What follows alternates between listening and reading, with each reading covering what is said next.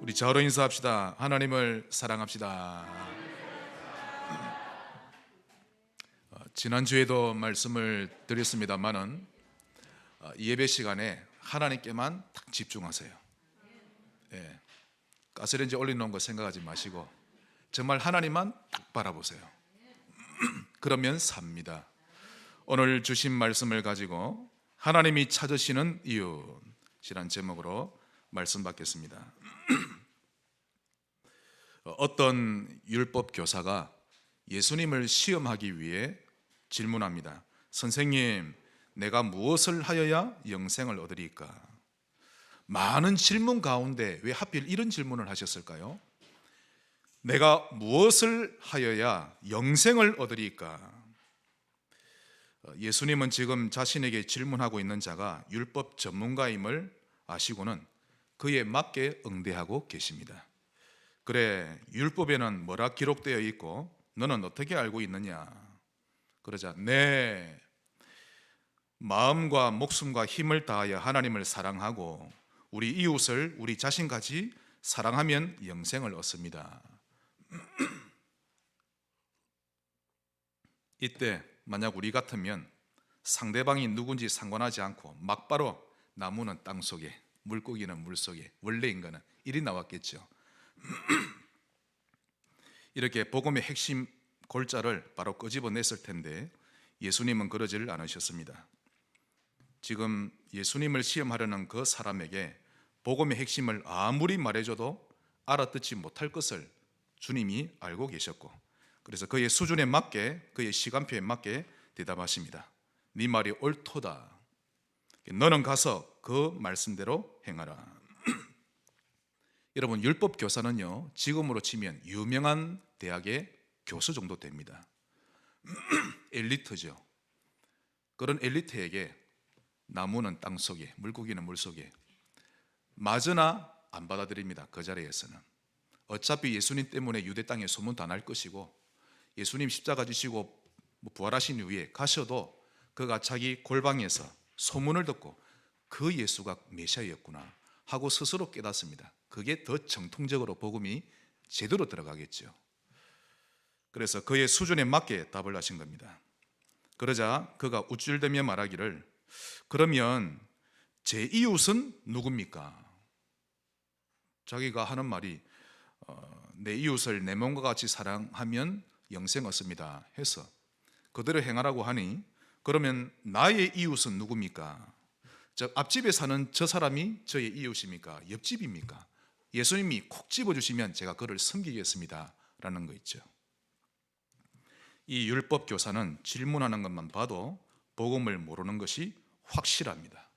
다시 말씀드리면 그들이 평상시 읽고 있는 성경에 분명히 적혀있는 복음의 암시들, 즉 여자의 후손, 노아의 방주, 또 그렇게도 많이 나오는 대속물과 피제사들, 또한 출애굽의 결정적인 단서가 되었던 문설주에 피 발랐던 사건, 또 광야에서 높이 들려진 놋뱀을 바라보면 다 살았던 그 사건, 그 무엇보다도 선지자 이사야가 그렇게도 강조하고 외쳤던 그리스도의 비밀들, 이런 복음의 암시에 대해서는 전혀 깨닫는 바가 없었음을 알 수 있습니다. 윤리적으로 율법과 선행만 알았던 거죠. 그러니 내가 내 자신같이 사랑하고 섬길 이웃이 누굽니까? 라고 질문했던 것입니다. 그래서 그때 주님이 오늘 본문의 예화를 드신 것입니다. 이걸 모르고 아니 예수 믿어야 구원받지, 예수님은 왜 이리 답을 하셨을까? 예수님의 좀 눈높이를 이해를 하셔야 됩니다. 자, 오늘 예수님이 예를 드셨는데요, 예루살렘이라고 하는 곳은 지대가 높은 지역입니다. 그래서 강수량이 적고요, 그래서 광야가 많았고 황무지가 많았습니다. 그러니 곡식 농사, 과수원 농사가 쉽지 않은 곳이어서 먹을거리에 대한 수확이 아주 부족한 지역이었습니다. 이스라엘 땅의 60%가 넘는 곳이 바로 네게브 사막이라는 것을 그것만 봐도 어림짐작할 수 있죠. 반대로 여리고는 지대가 아주 낮습니다. 해발이 바다보다 낮죠. 그러다 보니 땅이 비옥하고 곡식이나 과일 농사가 아주 잘 되는 곳입니다. 그래서 여리고에 사는 사람들이 농사 짓고 또 다양한 곡식과 과일을 싸들고 예루살렘으로 가져가서 장사하는 사람들이 많았습니다. 그러다 보니 그 장사꾼들이 다니는 길목에 강도들이 생기기 시작했습니다. 예루살렘에서 장사하고 여리고로 돌아가는 자들의 그 돈보따리를 빼앗는 일이 간간히 있었는데요. 그 과정에서 강도들이 사람들을 심하게 때리기도 하고 심지어는 죽이기도 했던 것입니다. 오늘 본문은 이런 실제적인 배경을 예수님이 비유로 들며 말씀하신 것인데, 그 핵심을 먼저 말씀을 드린다고 하면, 과연 강도 만난 자의 진정한 이웃은 누구인가? 그것이 오늘 부제목이 될 것입니다. 자, 하나님이 찾으시는 이웃입니다. 첫째로, 강도 만난 우리들.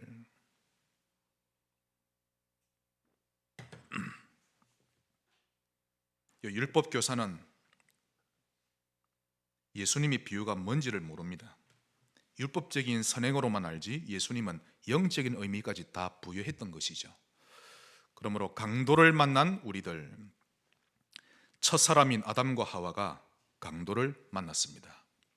악하고도 교활한 속임수에 넘어가 죄인이 되었고 생명을 잃어버렸고 본질적으로 진노의 자녀가 되어 저주 아래에서 살아갈 수밖에 없는 인생이 되어버렸습니다.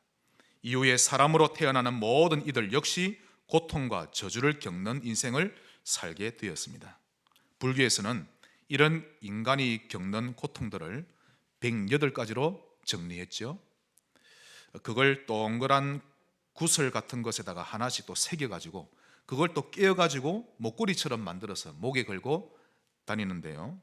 개인 명상 시간에는 그걸 손에 잡고 구슬을 하나씩 넘겨가면서 기도합니다. 그래서 108가지의 고통으로부터 해탈되기 위한 기도입니다. 이들이 말하는 해탈이라고 하는 것은 인간이 108번뇌의 모든 속박으로부터 벗어나 자유롭게 되는 상태라고 하는데요.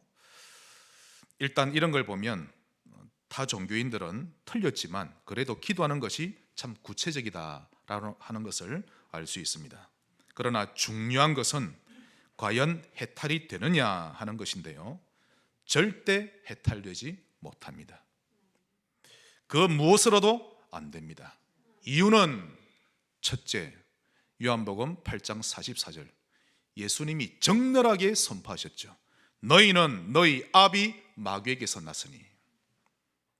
이건 강도를 만나도 제대로 만난 것 아닙니까? 어느 누구도 여기서 절대 빠져나가질 못하는 것입니다. 그 강도보다 더 강한 자가 와서 구해주지 않는 한 못 빠져나가는 것입니다. 그래서 불신자들은 이를 운명이라 그러죠. 어느 무속인에게 우리 전도팀이 가서 한마디를 했습니다. 우리가 당신에게 운명에서 해방받는 길을 알려주기 위해 오늘 왔습니다. 이 한마디의 그녀는 용수철이 튕기듯이 벌떡 일어났습니다. 진짜 그럴 수 있느냐라며 엄청 놀랬다고 하는데요. 그들은 평생을 귀신에게 시달리며 종로로 태웠기 때문에 또 무슨 짓을 해도 빠져나오지 못했죠. 그 고통은 이루 말할 수 없는 것입니다. 그렇게 살아왔기 때문에 놀라지 않을 수가 없었던 것입니다. 너희는 너희 아비 마귀, 속된 말로 빼도 박도 못합니다. 영원히 거기서 살아가야 합니다. 두 번째로 이처럼 창조주를 떠나버린 인생이 에베소서 2장 2절 세상 풍조를 따르고 공중 권세 잡은 자를 따르며 살아갑니다. 고린도전서 10장 20절 대저 이방인이 제사하는 것은 귀신에게 하는 것이요 하나님께 하는 것이 아니니 나는 너희가 귀신과 교제하는 자가 되기를 원치 아니하노라. 귀신과 교제하는 우상 숭배를 하며 살 수밖에 없는 것입니다. 불안과 두려움에 잡힌 인간들은 탈출구를 찾지만 결국 그것이 강도를 섬기는 행위에서 벗어나지를 못하는 것입니다.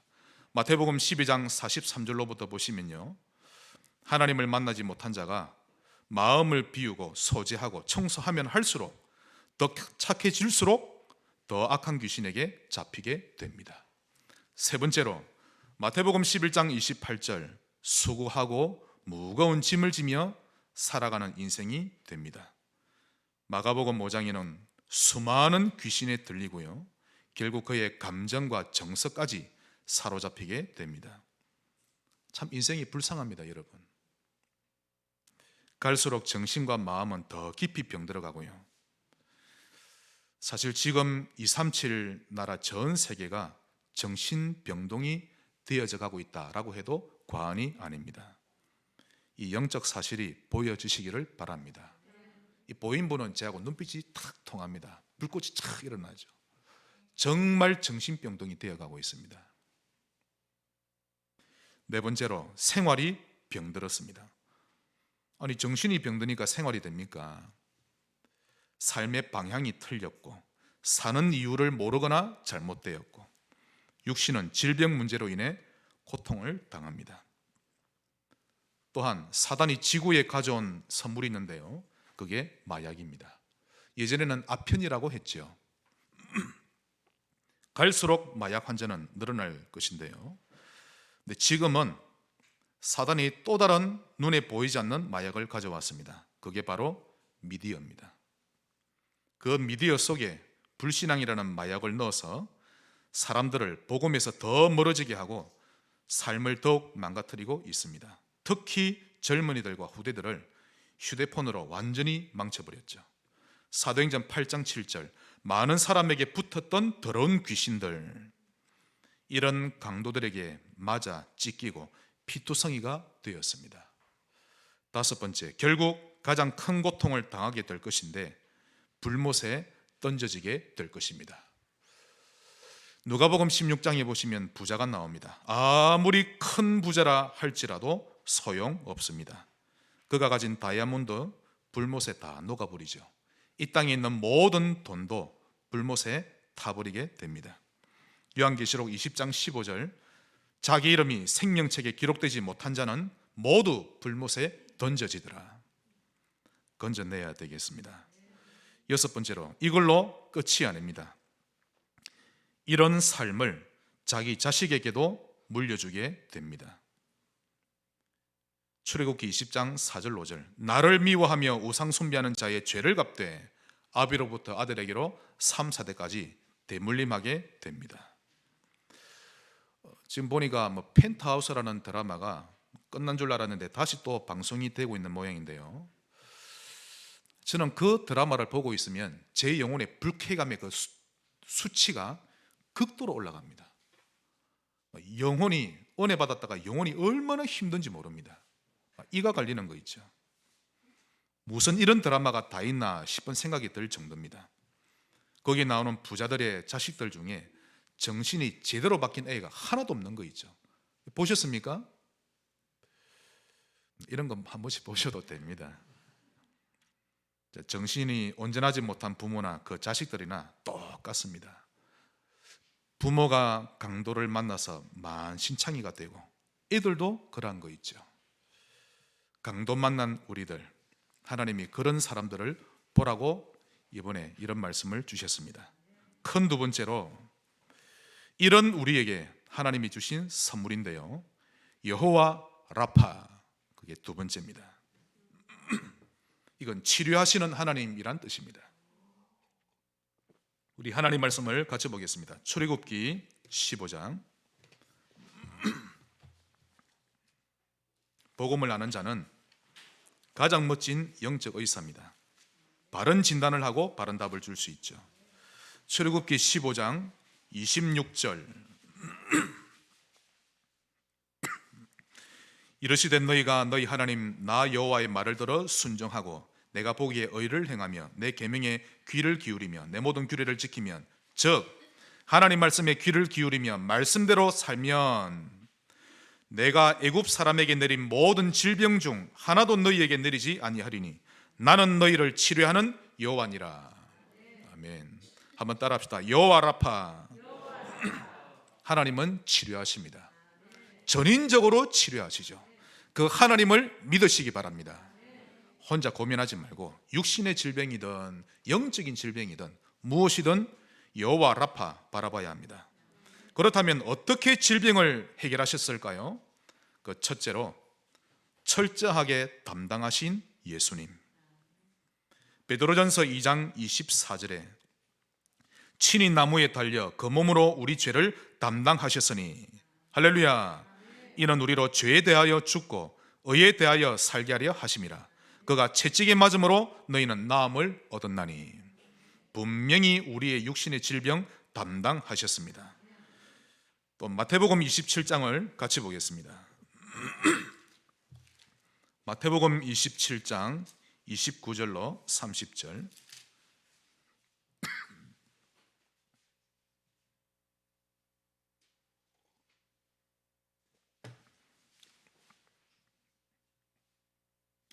(29절) 30절.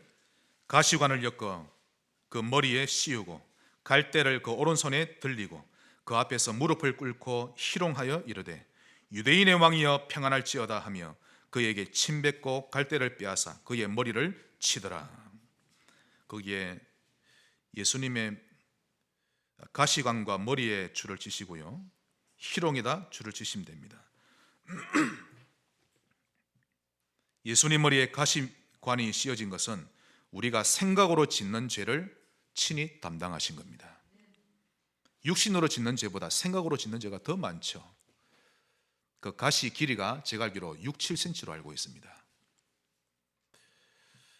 그리고 우리를 대신하여 희롱을 당하셨죠. 우리가 받을 희롱, 수치, 부끄러움, 분노, 모든 것을 친히 담당하셨습니다. 이 예수님을 믿으시기 바랍니다. 또 로마서 6장을 한번 보십시다. 로마서 6장 9절입니다.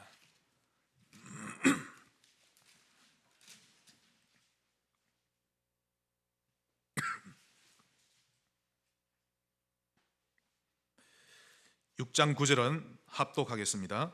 이는 그리스도께서 죽은 자 가운데서 살아나셨음에 다시 죽지 아니하시고 사망이 다시 그를 주장하지 못할 줄을 알미로라.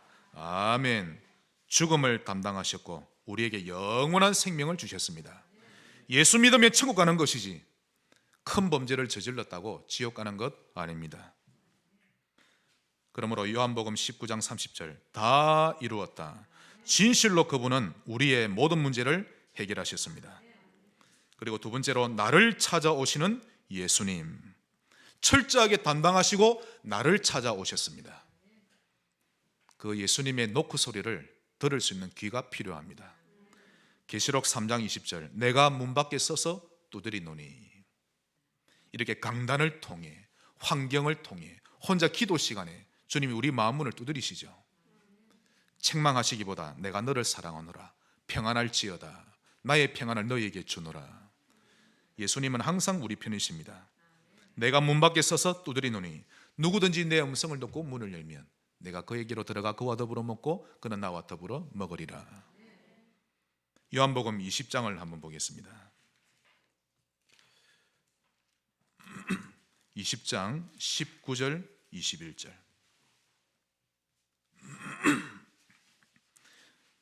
두려워 떨고 있는 우리에게 찾아오신 예수님이십니다. 이날 곧 안식 후 첫날 저녁 때에 제자들이 유대인들을 두려워하여 모인 곳에 문들을 닫았더니 얼마나 죽음이 두려웠으면 자기들끼리 모여서 문을 다 닫아버렸습니다. 예수께서 오사 가운데 서서 이르시되 너희에게 평강이 있을지어다. 이번 한 주간 여러분의 삶에 주님의 평강이 넘치기를 바랍니다. 이 말씀을 하시고 손과 옆구리를 보이시니 제자들이 주를 보고 기뻐하더라. 예수께서 또 이르시되 너희에게 평강이 있을지어다. 아버지께서 나를 보내신 것 같이 나도 너희를 보내노라. 복음은 어렵지 않습니다. 복음은 십자가와 부활과 평강입니다. 나를 찾아오시는 예수님. 세 번째로, 그리고는 치료하시는 예수님. 요한 3서 1장 2절, 사랑하는 자여 내 영혼이 잘됨 같이 범사가 잘되고 육신도 강건하기를 내가 바라노라. 치료하시는 예수님은 나의 영혼이 잘되게 하십니다. 우리 심령이 가장 먼저 치유되어야 하지요. 그리고는 나의 몸이 강건해지기를 바라시고 나의 범사가 모든 일이 잘 되도록 치료하십니다. 믿으시기를 축원합니다. 우리 인생의 범사는 하나님의 손에 달려 있습니다. 정말 인정하셔야 됩니다, 여러분. 또 말씀 한 군데 더 보겠습니다. 치료하시는 하나님이 맞는지 데살로니가전서 5장입니다.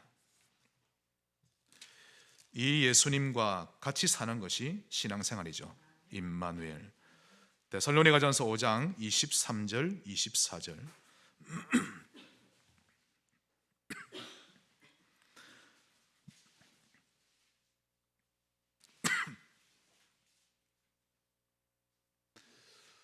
늦게 찾으시는 분 계시면 옆에 같이 보셔도 됩니다. 지금은. 평강의 하나님이 친히 너희를 온전히 거룩하게 하시고 또 너희의 온 영과 혼과 몸이 우리 주 예수 그리스도께서 강림하실 때에 흠없게 보존되기를 원하노라. 너희를 부르시는 이는 미쁘시니 그가 또한 이루시리라. 분명히 치료하십니다. 그러므로 치료하시는 예수님을 향해 마음을 열고 영접하면 됩니다. 이것이 여호와 라파라는 언약이 성취되는 루트지요. 예수님을 영접하세요. 여호와를 만나는 길 예수 그리스도. 질병의 원인이 되는 죄를 사함받는 길 예수 그리스도. 인간에게 독을 심어 병들게 하는 악령에게서 영원히 해방받고 보호받는 길 예수 그리스도. 여호와 라파의 증인 되시기를 바랍니다. 마지막 큰 세 번째입니다. 자, 이때 예수님이 우리에게 질문을 하십니다. 강도 만난 자의 진정한 이웃은 과연 누구인가? 이게 세 번째입니다. 우리도 강도를 만나 방황하고 있을 때, 영원한 불못으로 가고 있을 때 치료하시는 주님이 오셔서 영과 혼과 모든 것을 회복해 주셨는데, 그렇다면 또 다른 강도 만난 자의 진정한 이웃은 누구입니까? 첫째로 제사장이 등장하죠. 그가 진정한 이웃인지 한번 보십시다.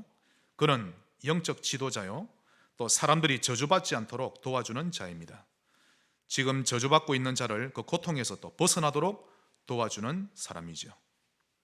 또한 그 사람들에게 창조주와의 관계를 회복하도록 도와주는 사람입니다. 그러나 오늘 본문에서는 이 제사장은 강도 만난 자를 보고 피해갑니다. 평상시에는 설교하기를 내 이웃을 사랑하라 라고 말하면서도 실제 상황에서는 실천하지 못합니다. 이는 그가 나쁜 사람이어서가 아니라 틀린 선민사상 때문에 그러합니다. 그러므로 이들은 올바른 영적 지식이 없습니다. 잘못된 구원관 때문에 전도라는 것 자체가 없죠. 유대인인 자기들만 이미 구원받고 다른 이방인은 구원 못 받는다 생각하니 전도라는 것이 없습니다. 그들 인생에는. 자, 두 번째로 레위인이 지나갑니다. 이들은 예배위원입니다. 제사장을 도와 성막이나 성전에서 봉사하는 직무를 담당하는 자들입니다. 성도들에게 율법을 가르치고 또 5가지 제사를 준비하고 재판하거나 문지기 역할도 하고요, 또 성막이나 성전의 수리를 담당합니다. 오직 예배를 위해 따로 구별되어진 직분자들이었기 때문에 군대 편성에서도 제외되었습니다. 그런데 본문에서는 강도 만난 자를 보고 역시 피해서 가버립니다. 이 사람 역시 사람 살리는 실전에 대해서는 모릅니다. 하나님은 사람을 살리기를 원하십니다. 저 이렇게 결단한 적이 있거든요. 나는 어떤 경우에도 다 살려야지, 원수까지도. 정말 제가 하나님 앞에 결단했거든요. 불신자만이 아니라 신자들까지도 한 사람이라도 외면시키거나 따돌림시키는 것을 하나님은 싫어하십니다. 세 번째로 등장하는 자가 사마리아인입니다. 이들은 유대인들이 상종하지도 않고 매우 불쾌하게 여기는 민족이죠. 그런 그가 여행을 하던 중에 강도 만난 자를 발견하는데요, 오늘 본문을 한번 보겠습니다. 누가복음 10장 33절로 35절에 보시면, 어떤 사마리아 사람은 여행하는 중 거기 이르러 그를 보고 불쌍히 여겨 가까이 가서 기름과 포도주를 그 상처에 붓고 싸매고 자기 짐승에 태워 주막으로 데리고 가서 돌보아 주니라. 그 이튿날 그가 주막 주인에게 데나리온 둘을 내어주며 이르되 이 사람을 돌보아 주라. 비용이 더 들면 내가 돌아올 때 갚으리라 하였으니 최선을 다해서 치료하며 돌봐줍니다. 그리고 데나리온 둘이라고 하는 것은 1데나리온은 노동자가 하루 일하는 품삯이죠. 지금으로 치면 약 10만 원 정도. 그래서 그렇게 많지 않은 돈입니다. 부족한 금액일지라도 강도 만난 자를 도우는 일인데 예수님이 극찬하십니다. 사마리아인 이 사람이 하나님을 아는 사람인지 모르는 사람인지는 예수님이 구체적으로 밝히지 않으셨습니다. 그 이유는 지금 그런 것보다 강도 만난 자에 대한 우리 행동에 초점을 맞추라는 것이죠. 이걸 보고 복음만 전하고 60만 도와주면 되냐?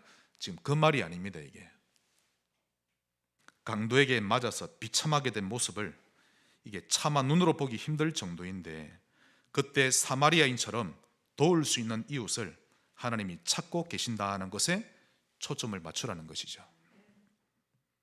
마태복음 25장에 똑같은 비유가 나옵니다. 양과 염소에 대한 비유죠.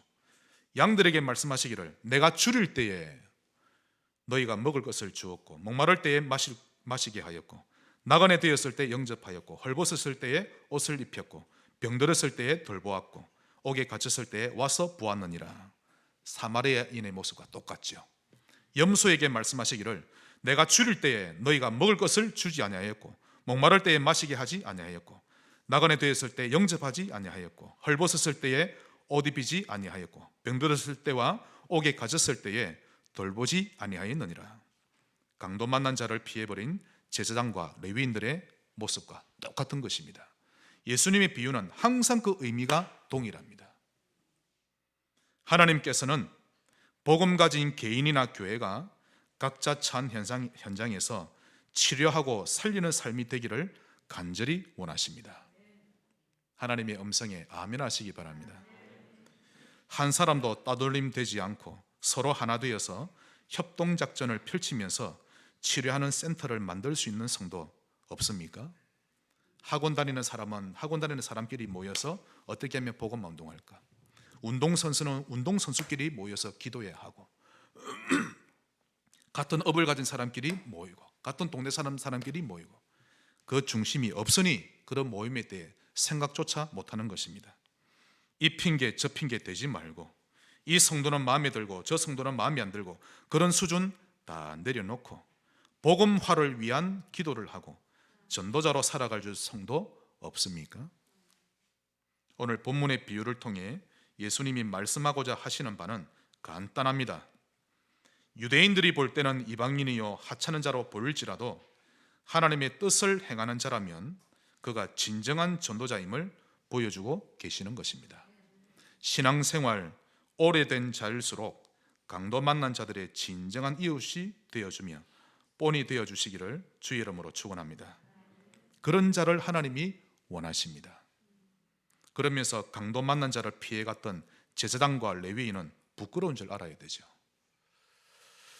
사단 만난 자를 보고 불쌍히 여기며 최선을 다해서 치료하고 돌봐주시기 바랍니다. 이것이 진정 우리가 살아가는 이유입니다. 결혼하는 이유요, 회사 가는 이유가 되며 기도하는 이유며 은혜 받는 이유가 됩니다. 만약 현장에서 복음화를 위한 기도를 하지 않고 일만 한다면 어느 날 강도 만난 그 이웃이 여러분의 성질을 계속 건드릴 겁니다. 계속 시비 걸고요. 그러다 같이 막 싸우게 됩니다. 불신자와도. 현장에서 하나님의 나라 임하기를 기도하시기 바랍니다. 그래야 내가 삽니다. 의사는요, 환자 살려내는 맛을 봐야 살맛납니다. 거기에서 희열을 느끼게 되고 나의 존재감을 동시에 느낄 수가 있죠. 만약 의사가 돈맛이나 자리맛을 먼저 봐버리면 그날로부터 거기서 빠져나오기 어렵습니다. 신자는 복음으로 사람 살리는 맛을 봐야만 자세가 딱 갖춰집니다. 전도하기 전에 제일 먼저 해야 될 거, 어떻게 하면 저 사람을 살릴까? 예수님처럼 지혜롭게 해야지 막 복음을 전하면 안 되겠죠.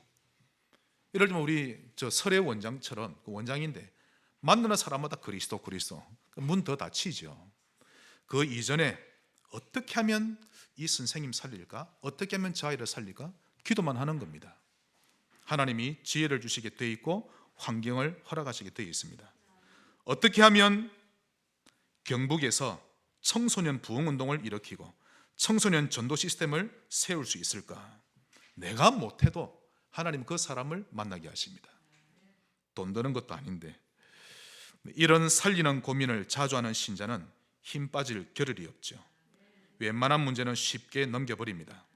이런 사람은 자본심이 최고치에 달합니다. 그 사람의 생각과 마음의 허감이 완전히 떠나갑니다. 이걸 한번 체험해 보시기 바랍니다. 아주 맑은 정신이 되죠. 그래서 여러분 가운데 나도 그런 생명운동에 동참하고 싶다라는 생각이 여러분 모두에게 있기를 바라고, 사마리아인처럼 실제로 강도 만난 자의 상처 부위를 소독해주고 지속해서 끝까지 도와주는 일에 쓰임받으시기를 주의 이름으로 축원합니다. 특히 나를 미워하는 자의 좋은 이웃이 되어주세요. 여러분을 핍박하는 자의 이웃이 되어주면 됩니다. 말씀의 결론을 맺겠습니다. 결론 두 가지인데요. 첫째로, 말씀에 꽂혀버리세요. 그게 답니다. 말씀에 꽂혀버리면 말씀에 잡힙니다. 그때부터 집중이란 게 저절로 됩니다. 이렇게 되면 믿음이 생기기 시작하는데요, 마음이 너무 허전해서 그걸 달래려고 유튜브 바다에 계속 들어가서 이것 듣고 저것 듣고 올 스톱 됩니다. 정말요. 말씀에 꽂혀보세요. 예를 들면 아침에 일어나서 말씀 하나에 집중하는 겁니다. 밤에도 하고요. 예를 들면 지난주 말씀드렸죠. 이사야 41장 10절, 두려워 말라. 아침에 일어나자마자 눈 감고 또는 읽으면서 두려워하지 말라. 내가 너와 함께함이니라. 놀라지 말라. 나는 너의 하나님이 됨이라. 내가 너를 굳세게 하리라. 참으로 너를 도와주리라. 참으로 나의 의로운 오른손으로 너를 붙들리라. 이 짧은 10초 안에 힘이 꽉 납니다. 새벽에 일어나서 힘 없는 상태에 또 저는 세수하고 머리 감고, 야, 나와 함께 하시구나. 굳세게 하시구나. 나와 영원히 함께 하시구나. 살만 납니다, 여러분. 이게 말씀에 꽂혀버리면요, 그 다음부터는 집중이 됩니다. 제일 좋은 게 우리 남전도에 하시면 됩니다. 구원의 길 다 못 꾸려도 됩니다. 성구 한 구절만 직접 쓰든지 폰으로 하든지 딱 쓰고 사진 찍어서 올리는 거죠. 쓰면서 조금 묵상해 보는 겁니다. 꽂혀집니다, 여러분. 이렇게 말씀에 꽂혀버리면 말씀이 나를 치료하기 시작합니다. 정말 그렇게 됩니다, 여러분. 나의 혼, 영, 관절, 골수, 내 마음의 생각과 뜻 치료됩니다. 아예 수술을 해버리시죠. 그때부터 거룩하신 하나님을 체험하기 시작합니다. 하나님의 음성이 들리기 시작하고 하나님의 뜻이 뚜렷하게 보이기 시작합니다. 지금 제가 신비주의를 말하는 게 아닙니다. 하나님은 영이시니 그러므로 내가 내 영을 다해 말씀에 꽂히는 겁니다. 말씀에 들어가면 하나님이 내게 다가오고 계심이 느껴집니다. 우리가 너무 창세기 3장, 6장, 11장에 있는 대로 나 중심, 네피림의 흐름, 바벨탑의 흐름이라는 불신앙의 물들이 있다 보니까 거룩하신 하나님을 체험하지 못하며 살아오고 있는 것이 문제지, 하나님 말씀 안에 들어가면 다 삽니다. 과거에 어떻게 살아왔던 23시간 55분을 불신앙에 빠져도 됩니다. 5분만이라도 말씀에 꽂히면 23시간 55분의 불신앙을 이겨냅니다. 제가 증인입니다. 일주일 동안 임마누엘 체험을 전혀 못하고 무거운 짐짐이어 힘겨운 삶을 살다가 주일날 교회 올 때는 탈진된 상태로 와서 겨우 위로 얻고 또 가고, 그러지 마시고 하루에 한 번은 말씀에 들어가시기 바랍니다. 꼭 기억하셔야 됩니다. 하나님은 벙어리가 아닙니다.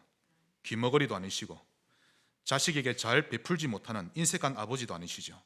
은혜와 긍휼이 풍성한 하나님이시요 사랑의 아버지십니다. 우리가 불신앙을 택하며 아버지께 다가가지 않아서 문제지. 하나님을 바라봐야 합니다. 말씀 안에 들어가면요 정말 믿음이 생깁니다. 여러분 오늘 꼭 기억하셔야 됩니다. 참 믿음은 어떤 경우에도 변치 않는 빛나는 그 믿음은 은사 많이 받았다고 생기는 거 아닙니다. 제가 모 교회에서 받지 않았습니까? 한 친구에게 은사가 5개나 갔습니다. 영분별의 은사, 통역의 은사, 뭐 방언 무슨 은사, 심지어는 우리 듣도 보도 못한 아랍어 은사. 혼자 기도하는데 영어 했다가 아랍어 했다가 뭐 히브리 했다가 다 하는 거 있죠. 또 몇 명이 모여서 영분별의 은사 받아서 또 말하고 예언하고 다 합니다. 지금은 거의 99%다 떠났습니다. 참 믿음은 실제로 귀신을 보거나 체험했다고 해서 생기는 것 아닙니다. 또 기도해서 내 병이 나았다고 참 믿음이 생기는 것 아닙니다. 어느 날 떠나갑니다. 내 산업이 기도해서 잘 됐다고 해서 믿음이 생기는 것 아닙니다. 말씀이 각인될 때만이 참 믿음이 생깁니다. 그러냐 변치 않습니다. 방언 못해도 됩니다. 병이 안 나도 되고 산업이 잘 안 돼도 되고 말씀에 꽂히세요. 누가복음 16장에 보시면 부자가 나옵니다. 지옥에 갔죠. 너무 고통스럽습니다. 아버지여 내게 물 한 방울이라도 찍어 혀를 적셔 주옵소서. 그리고 한 가지 더 부탁하죠. 저 나사로를 살려서 저희 집에 보내어 저희 아버지와 형제들이 예수 믿고 구원받게 해 주옵소서. 그러자 아브라함이 말합니다. 천국에서 아니라 거기에는 모세와 선지자가 있느니라. 그들을 통해 복음을 들을지니라. 그러자 부자가 하는 말이 아니요, 죽은 나사로를 살려서 보내면 예수 믿을 겁니다. 그때 아브라함이 놀라운 말을 합니다. 저곳에서 모세와 선지자와 전도자의 말을 듣지 않는 자는 죽은 자가 살아나 갈지라도 듣지 않느니라. 믿지 않는다는 뜻입니다. 참 믿음은 복음이 각인되는 것입니다. 말씀이 꽂혀야 된다니까요. 그러나 한국 교회가 기적만 바라고 내 일만 잘 되고 거기에만 관심을 기울이는 것입니다. 하나님께 탁 꽂혀버리세요. 여러분 하나님 앞에 들어가면 됩니다. 두려워하지 말라. 내가 너와 함께함이니라. 미래는 하나님께 다 맡겨버리고 놀라지 말라. 나는 너의 하나님이 됨이라. 내가 너를 굳세게 하리라. 신실하신 하나님이시죠. 말씀에 꽂혀버리세요. 그때부터 하나님을 체험하게 될 것이요 제2의 인생을 시작하게 될 것입니다. 결론 마지막 두 번째로 우리 말씀 보겠습니다. 말씀 세 군데인데요. 야고보서 1장입니다.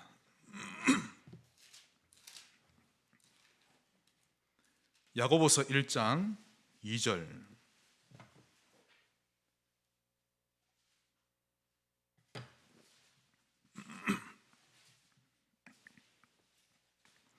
내 형제들아 너희가 여러 가지 시험을 당하거든 온전히 기쁘게 여기라.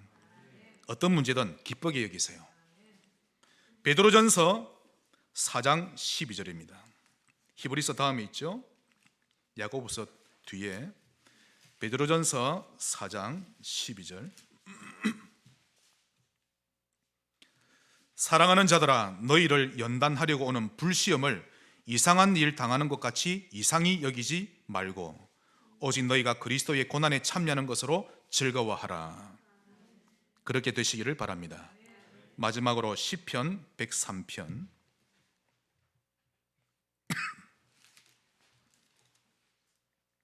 아무것도 문제 안 됩니다. 하나님의 손에 있기 때문에.